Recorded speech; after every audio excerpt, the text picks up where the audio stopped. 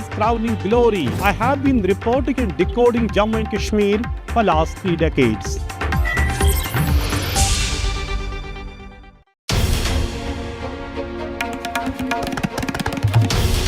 This is NDTV, and you're watching NDTV 24/7.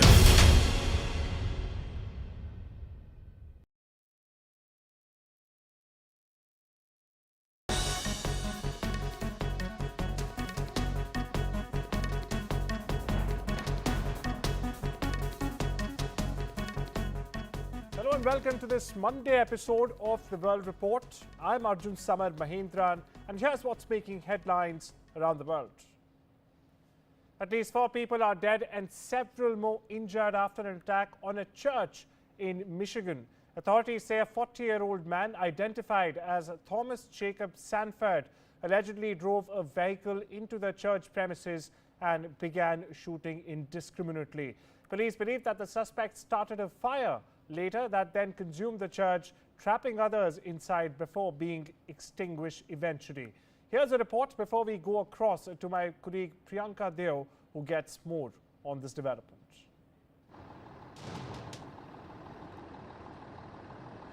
Michigan late Sunday as the gunman opened fire inside the Church of Jesus Christ of Latter-day Saints.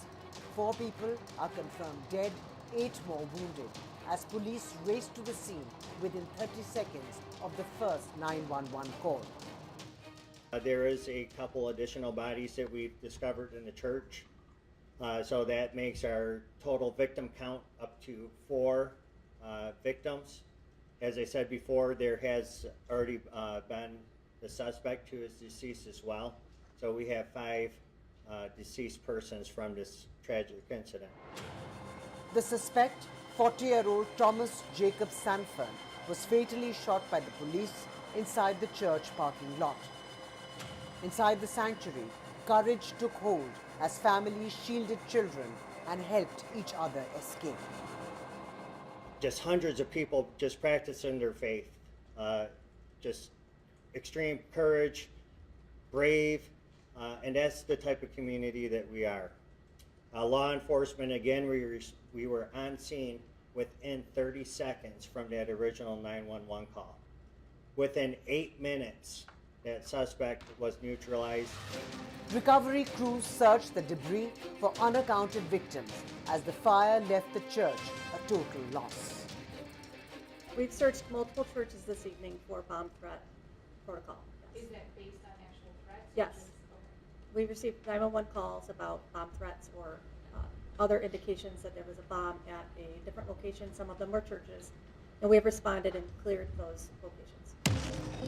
Tonight, Grand Blanc mourns its loss, but stands united in resilience.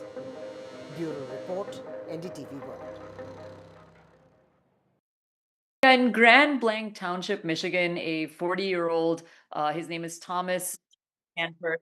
He's a former Marine of the United States. He drove his truck into a Latter-day Saints church, opened fire on congregants, and then set the building ablaze.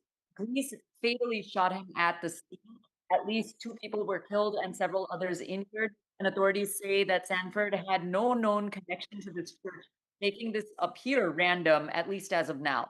This attack stands out because it combined multiple methods: vehicle assault, arson, and gunfire. This was a hybrid approach designed to maximize fear. And Sanford's military background also raises broader questions about veteran mental health and reintegration. This tragedy does fit a national pattern. In August, a gunman killed 2 children during mass at a Catholic school in Minneapolis. In July, another shooter stormed a Baptist church in Kentucky after killing a state trooper. And overall, the U.S. saw over 580 mass shootings in 2024, with more than 300 already reported this year. When violence targets schools, hospitals, and places of worship, places meant to be safe, it shapes daily American life. Shift our focus eastwards, where Russia bombarded Ukraine on Sunday in an attack that lasted far more than even 12 hours and killed at least 4 people in capital Kyiv. Ukrainian President Volodymyr Zelensky has said the assault was further evidence of the need for more international sanctions on Moscow. and to in fact cut off its energy revenues last week. He warned world leaders that Russia is preparing to attack another European country. Meanwhile, NATO remains on high alert. The alliance has launched fighter jets during Russia's latest strikes on Kyiv. Here's Zelensky for you. Сьогодні весь день після російського удару тривала ліквідація наслідків у Запоріжжі, в Києві, Київській області, в інших наших регіонах. Більшість уражень – це звичайні будинки, це цивільні об'єкти. Постраждали більш ніж 80 людей. На жаль, 4 людини загинули, і серед них одна дитина. Well, my colleague Vishal Vivek joins us for more. Vishal, we heard Zelensky there. Another strike by Russia. What's the Ukrainian president vying to play at now? We've in the recent past only seen Poland and Romania, in fact, scrambling jets to respond to Russian aggression, so-called alleged Russian aggression. What is exactly Zelensky batting for here? And will more sanctions really help Russia? First of all, will they even be imposed, given the current diplomatic and and the international scenario that persists? Well, Arjun, the president of Ukraine is clearly asking for more sanctions on Russia. It remains to be seen how much those sanctions that are already in place, how much they have actually affected Russia, because Russia's economy continues to flourish. We've all seen that in the time that the war has happened, Russian economy has actually benefited. So whether the sanctions that are in place, they have had any effect on Russia or not, that is also to be debated. So that is why the Ukrainian president is highlighting that there needs to be more sanctions on Russia so that Russia could feel the pressure, because it's clearly not feeling it, as is evidenced by the series of strikes on Russia, on Ukrainian soil. More than 500 drones this time, close to 600 drones and missiles were launched on the Ukrainian soil. And in the recent past, we've also seen that a lot of these attacks have been aimed at Kyiv, the capital of Ukraine. Kyiv had somewhat, evaded the damage from the Russian war in the last 3 years, but that is not the case anymore. We have seen so many attacks on the heartland of Ukraine that seem to have affected civilians. At this time, a 12-year-old girl on the Ukrainian side was killed. So that goes to show the level of precision these Russian weapons have. It remains to be seen how the world, the West, the allies of the US, they respond to this, because the US is clearly not happy with what is happening on the ground, because Russian president had reportedly told President Trump that he would be thinking about a trilateral meeting, but that has not happened, and there's not even talk of a meeting between Russian president and the Ukrainian president. That totally seems to be off the table. So it's all going haywire. There doesn't seem to be any solution, and nobody seems to have an answer to these questions. Well, no immediate answers available there to Zelensky's, repeated requests to NATO and the West to impose further more sanctions on Russia. And as my colleague Vishal Vivek was telling us there, Russia seems to have only benefited from these sanctions that have already been levied on Moscow and the Kremlin. Moving on, we shift our focus to the Middle East now, where the death toll in the Israel-Hamas war has topped 66,000 Palestinians. Gaza's health ministry has released this report on Sunday. That's yesterday. It's just a day before Israeli Prime Minister Benjamin Netanyahu meets US President Donald Trump. That's later tonight, in just a few hours from now, viewers.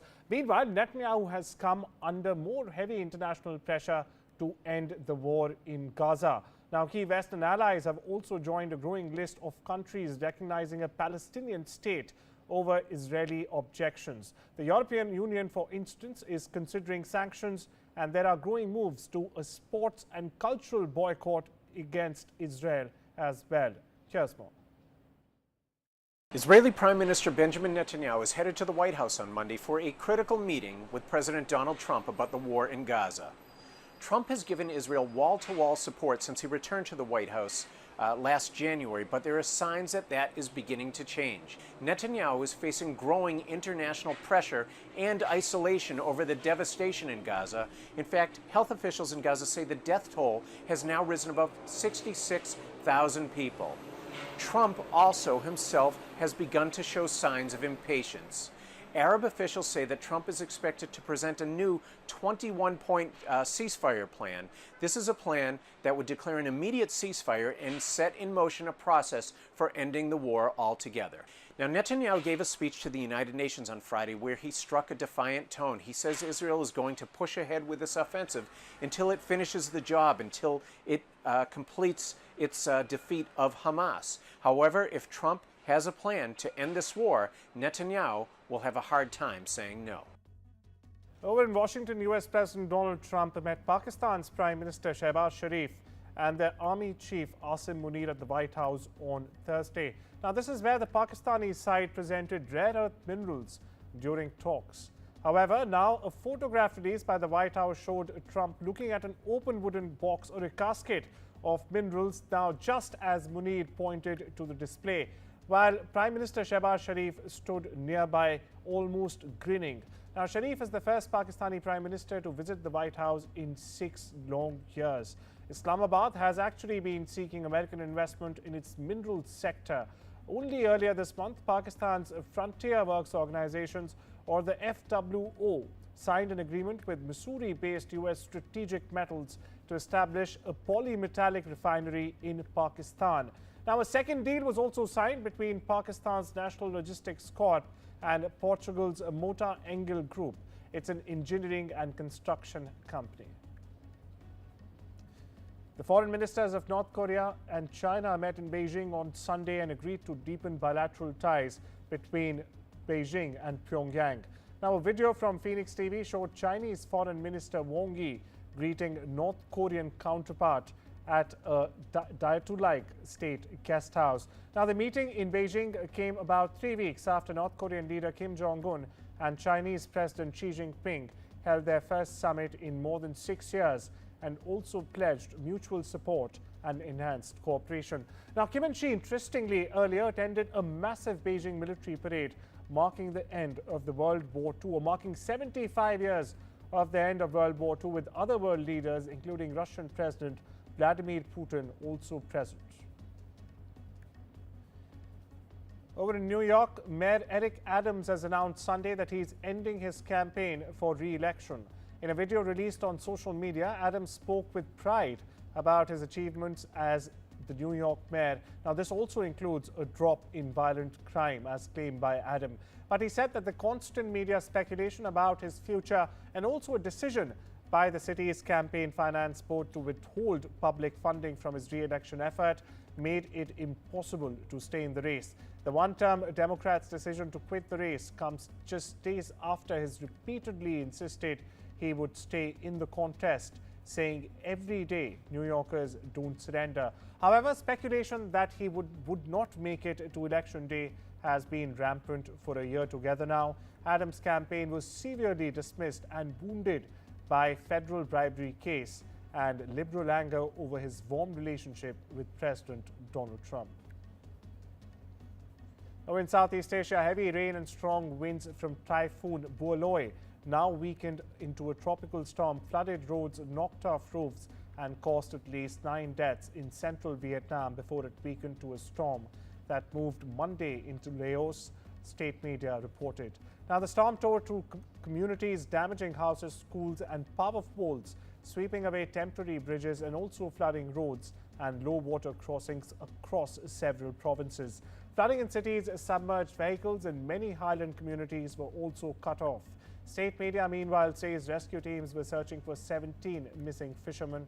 Forecasters in Vietnam said that at 10 a.m. local time Monday, the storm center was overland near the border of Nang Yean province in Laos, with winds of 46 meters per hour blowing. They also added that it would push deeper into central Laos. Another day of protest and clashes with the police took place on Sunday in Lima, with the Peruvian capital, where young groups protested against President Dina Boluarte's government and Congress for their lack of response to the escalating violence, especially extortion and murders that plague the country. Hundreds of demonstrators from youth organizations calling themselves Generation Z clashed with the police in night in the vicinity of Congress, in the very center of capital Lima. There, they were repulsed by uniformed officers. As you see on your screen, they were lined up with shields and helmets and also threw tear gas bombs until the protesters were forced to retreat to the nearby San Martin Square. Now, for the second consecutive night, the young people tried to remove the metal fences and barriers protecting Peru's Congress. Armed federal agents patrolled Chicago's downtown streets on Sunday, and President Donald Trump called up 200 National Guard troops for deployment in Oregon's Portland, a move strongly opposed by the governor that immediately prompted a lawsuit saying Trump overstepped his authority. Now, the latest examples of a creeping federal law enforcement and military presence in U.S. cities occurred as Memphis, in fact, prepares for the arrival of additional federal authorities. These include immigration and drug enforcement agents that Republican Tennessee Governor Bill Lee says he expects will happen this week itself. Meanwhile, Trump has said that he's ordered the 60-day deployment of Oregon National Security Guard troops to deal with quote-unquote violent protests that in fact threaten the security of immigration detention facilities and other federal property. On a lighter note, Prime Minister Narendra Modi has penned the foreword for the Indian edition of the Italian Prime Minister Giorgia Meloni's autobiography, I Am Georgia, My Roots, My Principles, which is in fact set to be released soon. Now, Modi described her book as her Mann Ki Baat, a nod to his own radio broadcast of the same name. According to reports, he also reflected on his 11 years of engagement with global leaders, noting that their journeys often reveal universal themes, which he often finds mirrored in Meloni's story. And with that, it's time we step into a short break. Much more lined up on the other side. Don't you go anywhere.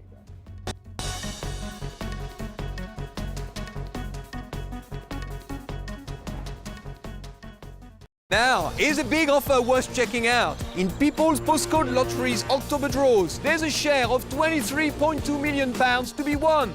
And to celebrate our brand new TV game show, Win-Win, we're offering new players the first month free when you sign up. For your first month's free entry, sign up before midnight tomorrow.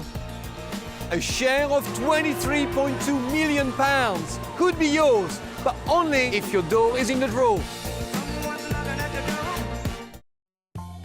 Popping to the shops isn't as easy as it used to be. Ages. That's why I love Wiltshire Farm Foods meals. They're delivered straight to my door for free, and there's no silly subscriptions, which means I get all the flavour.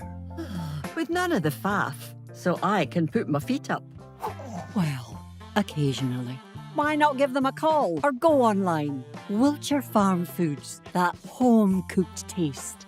Delivered.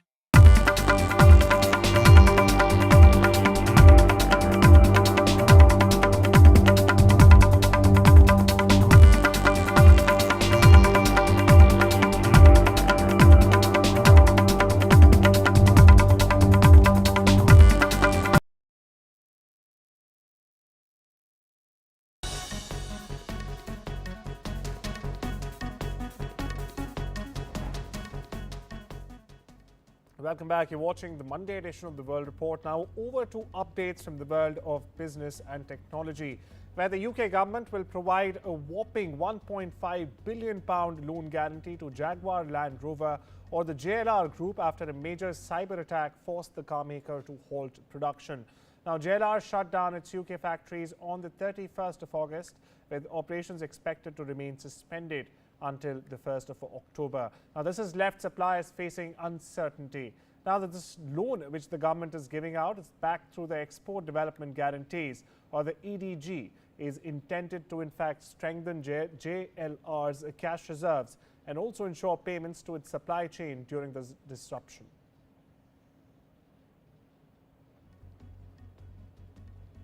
And Tilak Varma saved his best for the last and played the innings of his career so far to take India to a thrilling win over Pakistan in the final of the Asia Cup 2025 on Sunday. Riding on Tilak Varma's incredible 69 not out, a fancied Indian side beat Pakistan by 5 wickets in the Summit Showdown to win their second Asia Cup title in the T20 format.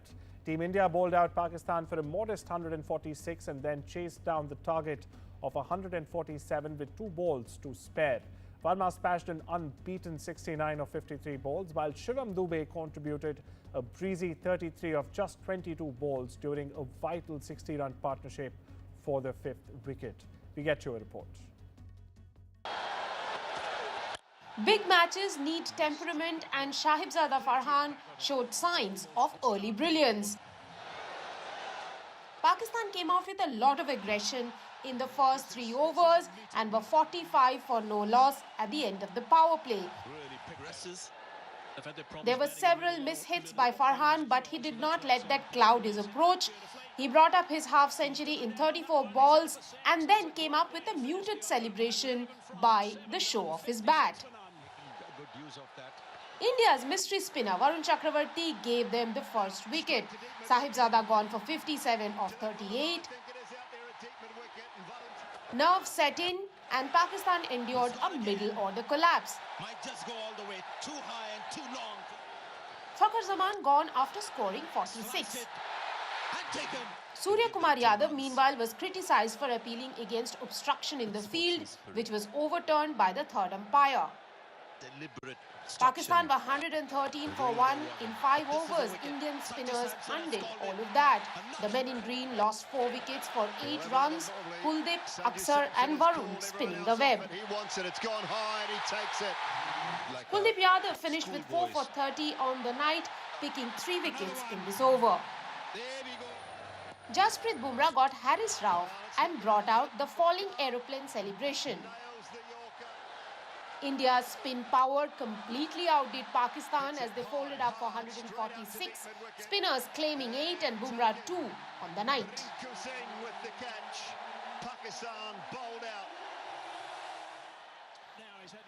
Chasing 147, India had a disastrous start. The law of average struck Abhishek Sharma on the night of the final.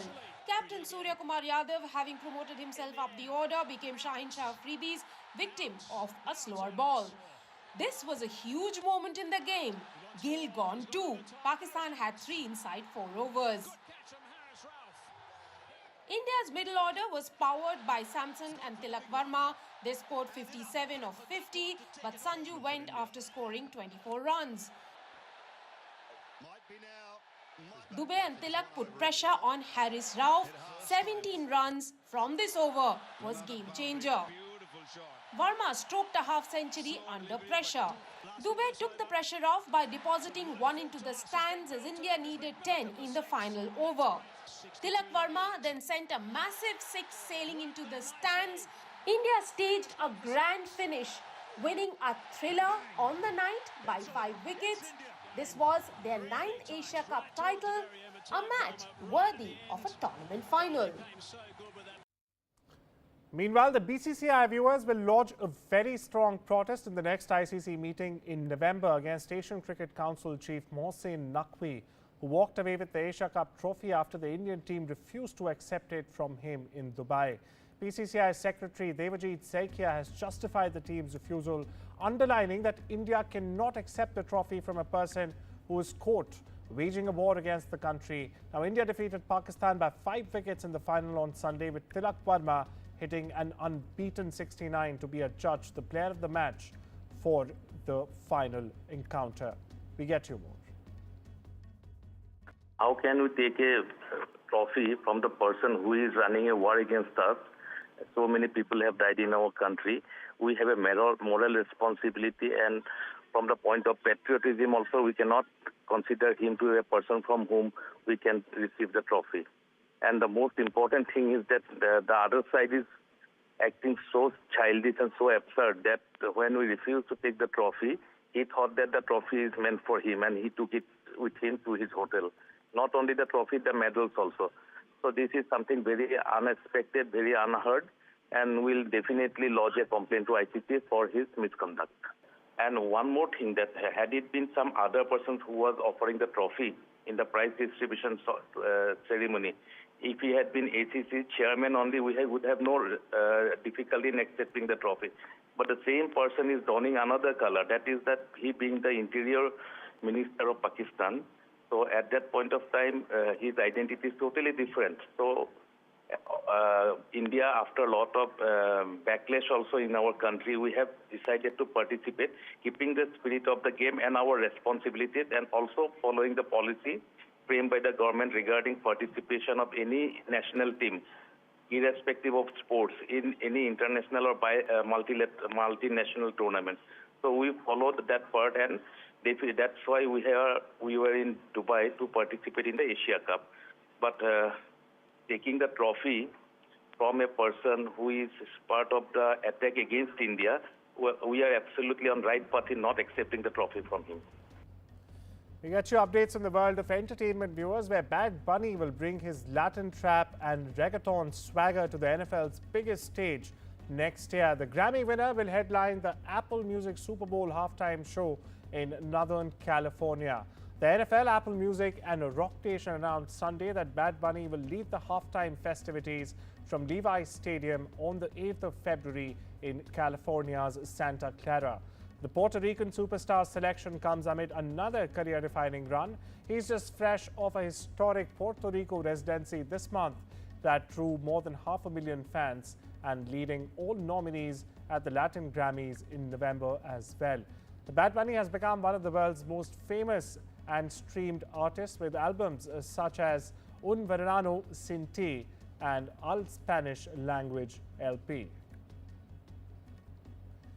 One battle after another, Logan Paul Thomas Anderson's widely acclaimed American epic of rebellion and resistance opened with $22.4 million in ticket sales from North American theaters over the weekend.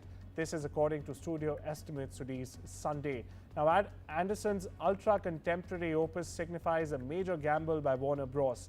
It's one with battle after another. The studio is making a $130 million plus bet that audiences would come out for a 170-minute-long powerhouse drama from one of cinema's most celebrated authors, that the way they usually turn up for a franchise or superhero movie. Now, Anderson, many critics said, delivered the movie of the year, one battle after another, starring Leonardo DiCaprio, Tiana Taylor and Sean Penn, has been hailed as a film brimming with many of the political conflicts of today. Oscar prognosticators have pegged it as the year's Best Picture frontrunner. Aided by DiCaprio's drawing power, the film has added $26.1 million overseas already.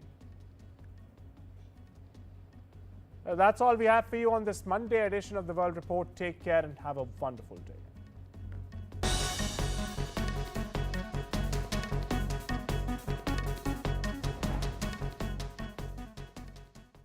With Post Office Over 50's life cover, enjoy peace of mind knowing your family will receive a guaranteed payout when you're gone.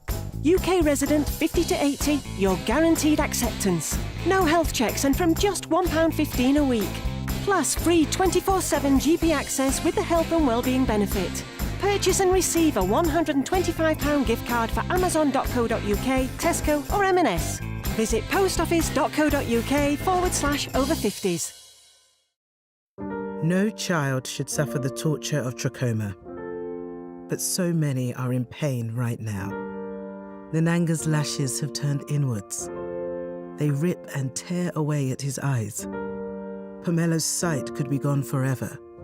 He's just 3 years old. Kofanga screams for his mother. His eyes are so infected that he can't even see her. For so many children in the world's poorest countries, trachoma is torture. It's a painful infection often spread by flies, and it's destroying children's eyesight. But it could be stopped if you help today. By calling 0800 038 4926 and giving £1 a week to Sightsavers, you can help make sure children get the treatment they desperately need. You'll help us bring them the medicines and the care that can treat infections. And that means you'll be helping to save children from the torture of trachoma and a life of blindness. Please help us reach them. Call 0800 038 4926. Text C13 to 82727 or go online and give just £1 a week now. Because we need you to help save the sight of children like Nananga.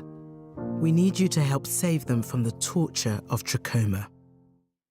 Rajasthan is history, culture, and much more. And I have been reporting on all things royal for more than 25 years. The colors, the culture, and the complexities of the Northeast is different from the rest of the country.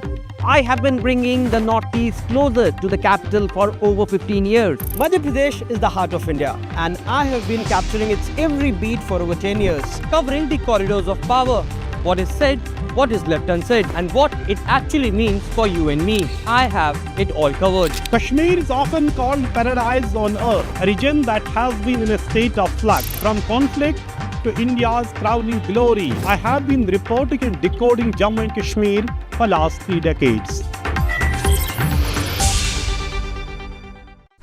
When facts are fragmented, we put the pieces together. Where power collides with truth, we are there. Behind me is that massive security arrangements that are in place. Behind fractured boundaries, we clear the fog of war. Fault Lines with Gauri Dwivedi, only on NDTV World. In today's interconnected world, India's voice is more crucial than ever. When India speaks, the world listens. At NDTV World, we are that voice, bringing you intelligent and insightful news from India and beyond. From geopolitics and diplomacy to economic shifts, migrations, tech disruptions, and the stories of our diaspora. We cover the news that shapes our global future. NDTV World, your new home for global news, is here.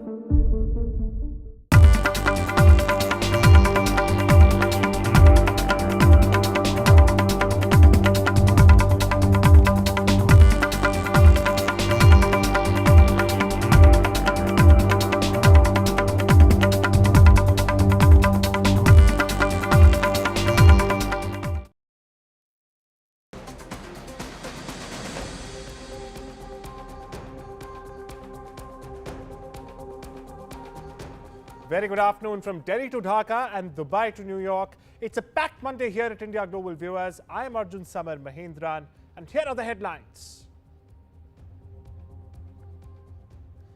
Indian Army initiates rupees 30,000 crore indigenous Anant Shastra surface-to-air missile weapon system aiming to sharpen air defense capabilities across Pakistan and China frontiers.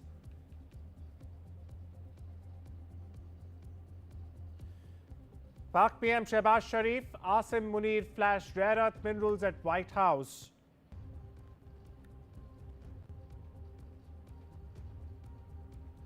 Bangladesh Jamaat leader threatens Ghazwa-e-Hind in Trump's New York.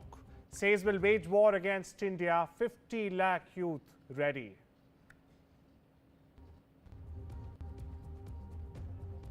All on board for something special, says Trump ahead of meeting with Netanyahu.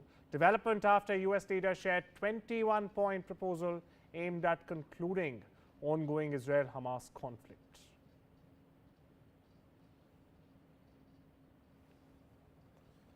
And Team India skipper Suryakumar Yadav says he would donate his entire match fee for the tournament to Indian Armed Forces following the Indian cricket team's victory in the recently concluded Asia Cup 2025.